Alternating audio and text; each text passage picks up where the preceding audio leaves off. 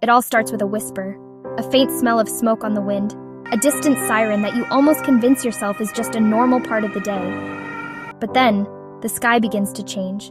The brilliant California blue surrenders to a hazy, angry orange. The Eaton fire came roaring down the canyon. It wasn't just a news story. It was a living, breathing monster that devoured everything in its path, leaving a trail of black and gray where vibrant lives once stood. It came with ferocious speed. No time for second thoughts, no time for one last look. For so many, home is more than just a building. The kitchen where you've shared 1,000 meals, the laughter echoing off the walls, your sanctuary. When a fire like this sweeps through, it doesn't just burn wood and plaster. It burns memories. It incinerates the tangible pieces of a life.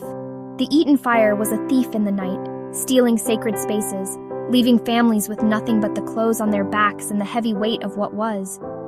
But then, a small flicker began, the spirit of human connection. This is the story of Altadena's fire survivors. Mars Tekosky and her husband had found their forever home. It wasn't just any house, it was a piece of history, a nearly 100-year-old sanctuary nestled in the beautiful landscape of Altadena. They had poured their hearts, their savings, and their dreams into this place. Every corner held a promise, a vision of the life they were going to build within its walls. They had just embarked on a massive renovation, carefully planning every detail to honor the home's historic character while making it their own. It was a labor of love, a project that symbolized their future. The fire changed everything in the blink of an eye. One moment, they were excitedly discussing blueprints and paint colors. The next, they were fleeing for their lives as the flames raced toward them. The evacuation order came with a terrifying urgency, leaving them with mere minutes to grab what they could. The return was a scene of utter devastation.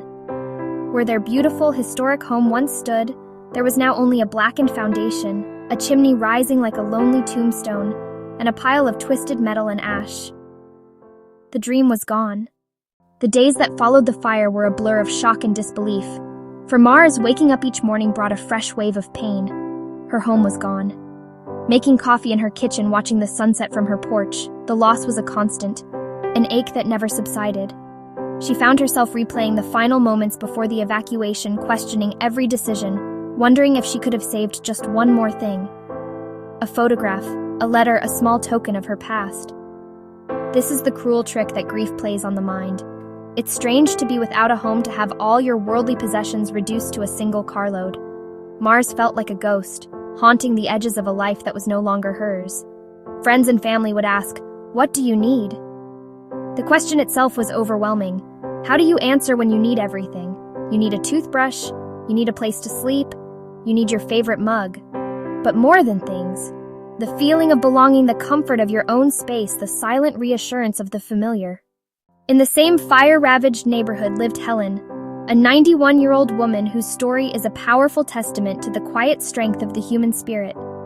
Her home, miraculously, was spared by the flames. While the houses around her were reduced to smoldering ruins, hers stood intact, an island of familiarity in a sea of destruction. But survival came with its own set of immense challenges. The fire had destroyed the infrastructure of the neighborhood, cutting off all the essential services we so often take for granted. Helen was left alone in her house with no electricity, no running water, no gas.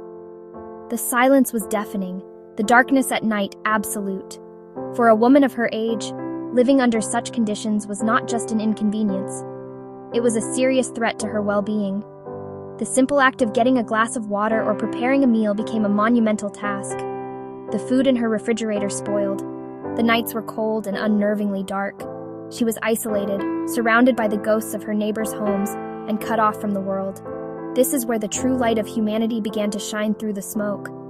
Helen's neighbors, people who had lost their own homes and were dealing with their own profound grief, did not forget her. They brought her bottles of fresh water, enough for drinking and washing. They came bearing hot meals, cooked in the temporary kitchens of their rented apartments or relatives' homes. In the darkest of times, they were her light. Helen's resilience was nothing short of remarkable. At 91 years old, she had witnessed a century of change, lived through wars, and seen the world transform around her. This fire was yet another profound test. She met it with a quiet dignity that was truly inspiring. While she was deeply grateful for neighborly help, the emotional toll was immense. From her windows, she looked out not at familiar homes, but at a desolate, blackened landscape. Every day was a stark reminder of catastrophe and loss. The loneliness was a heavy blanket. The disruption to her routine was deeply unsettling. Predictability and familiarity are anchors for an elderly person. Listening to the radio, watching her favorite television programs, calling a friend on her landline, were all gone.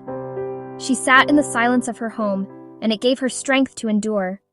For Yvonne and Robin Miguel, their home was the heart of their universe. It was the place they had lived for 40 years. The only home their children had ever known. 40 years. 4 decades of birthdays celebrated, holidays hosted, scraped knees patched up in the kitchen, a living museum of family history, every scuff on the floor, every picture on the wall, not just a possession, a member of the family, a silent witness. When the evacuation order came, chaos was immediate. They scrambled to decide what to save. They grabbed documents. They grabbed pets. They grabbed a few sentimental items. The news, when it came, was crushing. Their home was gone. Completely. Nothing left but gray ash. In the days following the fire, Ivan and Robin began the painful process of sifting through the wreckage of their life. It was a somber archaeological dig through layers of ash, through debris, searching for any small remnant that might have survived the inferno. Most everything they touched crumbled into dust. The heat had been so intense that it had melted metal and turned glass to liquid. Hopes of finding anything intact were dwindling with each shovelful of ash. The task felt hopeless. And then, they saw it. Sitting atop a pile of blackened rubble, somehow untouched by the devastating heat, a small ceramic angel. It was pristine. Not a crack, not a chip, not even a smudge of soot marred its delicate features. In a landscape of total destruction, this fragile object had endured. Ivan picked it up, cradling it in his hands, staring in disbelief. The angel was more than a piece of ceramic. It was a symbol. The stories of Mars, Helen, and the Migels are more than just accounts of a natural disaster. Mars, Helen, the Migels. They are profound lessons in the resilience of the human spirit. They teach us that even when we lose everything we thought was important, our homes, our possessions, our sense of normalcy, we have an incredible capacity to endure and to begin again. Resilience is not the absence of pain or grief. It is the courage to move forward despite it. It is finding the strength to take that first step toward a new future, even when the path is covered in ash and you can't see where it leads. These stories illuminate the extraordinary power of hope found in the smallest of things. For the Migels, it was a ceramic angel that survived the inferno. For Helen, it was the daily arrival of a neighbor with a hot meal. For Mars, hope began to return in the shared stories and hugs from fellow survivors.